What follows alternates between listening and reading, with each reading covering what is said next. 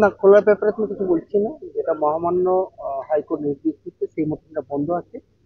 আমাদের যে সরকারি ভাবে এমপ্লয়মেন্ট এক্সচেঞ্জেস, যেটা আমরা বিভিন্ন রকম জবের জন্য মেলা করি, যেখানে একদিকে কারখানা বলে তার এই ধরনের লোক লাগবে, এই ধরনের স্কিল লাগবে, এবং সেখানে এমপ্লয়মেন্ট এক্সচেঞ্জে যারা বিভিন্ন জব সিকার, তারা বলে যে আমার এই ক্রাইটেরিয়া, আমার এই কোয়ালিফিকেশন, আমি এই কাজে দক্ষ, আমাকে কাজ দেওয়া হোক।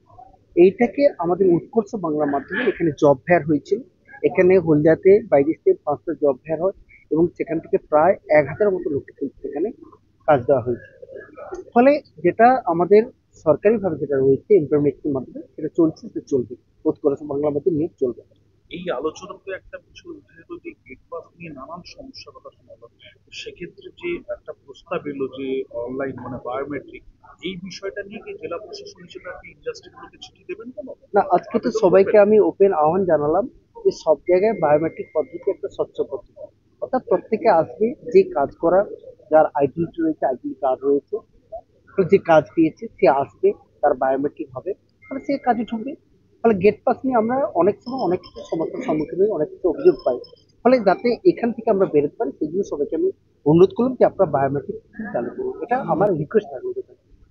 একটা শেষ প্রশ্নটা হচ্ছে বিরোধী যে ইউনিয়ন সিটু বা বিএমএস, তারা একটা অভিযোগ করছে যে আজকে এই যে সিনারিওতে সেখানে আইডেন্টিফিকেশন ইউনিয়নকে ডাকা হতো, কিন্তু তাদেরকে ডাকা হতো না।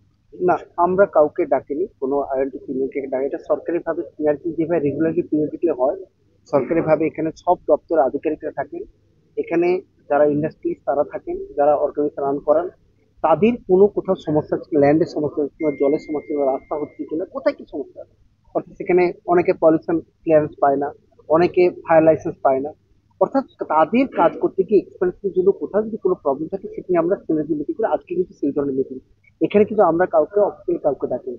এবার মিটিং এ কেউ এসছে কি আমি জানি না, আসতেই পারে। যেমন আমি তো এই যে হলের মধ্যে আমি তো সংবাদ মাধ্যমকে ডাকিনি, কিন্তু আমি দেখলাম সংবাদের সব প্রতিনিধি ছিলেন, থাকতেই পারেন।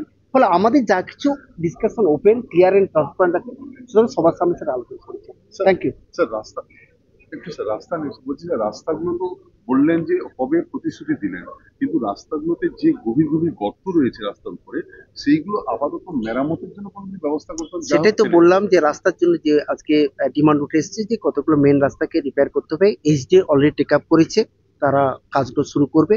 এছাড়াও আমি তো সবাইকে বললাম যে সবাই যদি এখানে এগিয়ে আসেন, তাহলে ইন্ডাস্ট্রি যদি এগিয়ে আসেন, একটু হেল্প করেন, তাহলে সবাই মিলে এইচডি কে সামনে রেখে মিউনিসিপালিটি সবাই মিলে এগুলো করা যায়। ফলে সেই আহ্বানটা আজকে আমি রাখলাম। Thank you. Sir, sir, sir, sir, না, না, Here has been discussed at length, সমস্তটা করা হয়েছে। ইএসআই হাসপাতালগুলো অনেক জায়গায় আছে তো, রাজ্য অপারেট করে, এটা তো মানে বহু জায়গায় বহু স্টেট গভর্নমেন্ট অপারেট করে। সরি, মানিকতলায় স্টেট গভর্নমেন্ট হচ্ছে এই হাসপাতাল তো অপারেটেড হয়, তো এটা নতুন কোনো ব্যাপার না। অপারেশনের আর সব সরকার সমস্ত রকম ব্যবস্থা রেডি করে রেখেছেন, ডাক্তার নার্স নিয়োগ থেকে শুরু করে সবকিছু। শুধু হ্যান্ড ওভারের অপেক্ষা। হ্যান্ড ওভার না করলে তো ইএসআই ইজ সেন্ট্রাল সাবজেক্ট, এটা তো কেন্দ্রীয় শ্রমমন্ত্রী বলতে পারবেন। তবে এটা রাজ্যের প্রায়োরিটি, যে কারণে মাননীয় শ্রমমন্ত্রী কেন্দ্রীয় শ্রমমন্ত্রীকে এটা রিমাইন্ড করেছেন, রিজিওনাল ইএসআই মিটিং এ তোলা হয়েছে, এবং আমরা এটা ফলো আপ করবো, এটা জরুরি হলদিয়ার জন্য।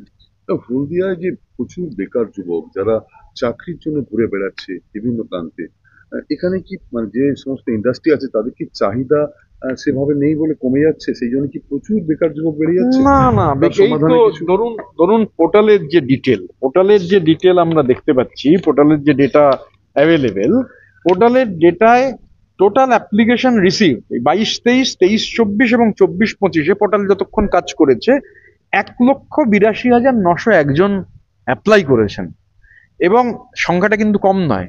1,82,901 জন, তার মধ্যে থেকে টোটাল জব সিকার যারা এলিজিবল তাদের নাম ফরওয়ার্ড করা হয়েছে, সেই সংখ্যাটা 1,35,395। তার মধ্যে কাজ পেয়েছেন 8,870 জন, যা ভ্যাকেন্সি ছিল। তো এটাই সব থেকে স্বচ্ছ প্রক্রিয়া। আর পাঠিয়ে দিচ্ছি। যারা লক্ষাধিক লক্ষাধিক যারা আপনি একটা প্রপোজাল দিলেন, কারণ এর মাঝে গেট পাস নিয়ে যে একটা গড়িমসি বা একটা সময় লাগের বিষয়টা অনেকটাই কমে যাবে। আপনি একটা প্রস্তাব দিলেন, এই যে বায়োমেট্রিক, এই বিষয়টাকে নিয়ে কি ইন্ডাস্ট্রি গুলোকে চিঠি দিচ্ছেন বা আমরা সরকারিভাবে কিছু যেটা হয়েছে দিচ্ছেন? ইতিমধ্যেই দুর্গাপুরে আমরা ডিএসপি কে অনুরোধ করেছি যে বায়োমেট্রিক করবার জন্য, এবং হলদিয়ায় দেখুন কিছু জায়গায় হলদিয়ায় বায়োমেট্রিক রয়েছে, সেখানে কম্পারিটিভলি এই সমস্যাটা কম। এই যে গেট পাস নিয়ে অভিযোগ আসে যে কেউ গেট পাস হোল্ড করে রেখে দিয়েছেন, মানে কেড়ে নিচ্ছেন গেট পাস, তাহলে বায়োমেট্রিক থাকলে তো আর কোনো সমস্যাই থাকে না। তো আমরা ট্রেড ইউনিয়ন গতভাবে, আইএনটিটিউসি গতভাবে আমরা হলদিয়ার সমস্ত ইন্ডাস্ট্রিকে, মানে যাদের আছে তাদের অবশ্যই অনুরোধ করব না, যাদের কাছে নেই আমাদের কাছে তালিকা আছে, আমরা অলরেডি একবার এর মধ্যে কথাও বলেছি অনেকের সাথে যে আপনারা প্লিজ যদি বায়োমেট্রিক করে দেন, আজকে অনুরোধ করলাম, ডিএম সাহেবও অনুরোধ করলেন, কারণ বায়োমেট্রিক হয়ে গেলে 99% সমস্যার এমনিতেই মৃত্যু ঘটে যাবে। মানে এতে রয়েছে যে কিনা তার পিএফ দিচ্ছে না। না, এরকম একজন নয়, আমি হলদিয়ার যা পিএফ এর ডেটা আমাদের কাছে আছে, অনেক শ্রমিকরা সরাসরি আমাদের হেল্পলাইনেও জানিয়েছিলেন। আমি পার্লামেন্টে গত সেশনের একটা 0 আওয়ারে গোটা রাজ্যের পিএফ নিয়েই সরব হয়েছিলাম, কারণ পিএফ এর ডেটাগুলো কেন্দ্রীয় সরকার আমাদের দিচ্ছেন না। আর এখানে যারা পিএফ ডিফল্টার, আমরা সেই তালিকা করেছি, আমি কেন্দ্রীয় শ্রমমন্ত্রীকে এবার শ্রমমন্ত্রীকেই চিঠি করব যে হলদিয়ার এই পিএফ, মানে তারা শুধু শ্রমিকদের যে টাকা কেটে নিচ্ছেন সেটা শুধু জমা হচ্ছে না তা নয়, তাদের যে কন্ট্রিবিউশন, এমপ্লয়ার্স কন্ট্রিবিউশনও জমা হচ্ছে না, এটা চলতে পারে না। আমাদের ইন্ডাস্ট্রির কাছে দাবি এই সমস্ত পিএফ ডিফল্টারদের ব্ল্যাকলিস্ট করুন। Thank you.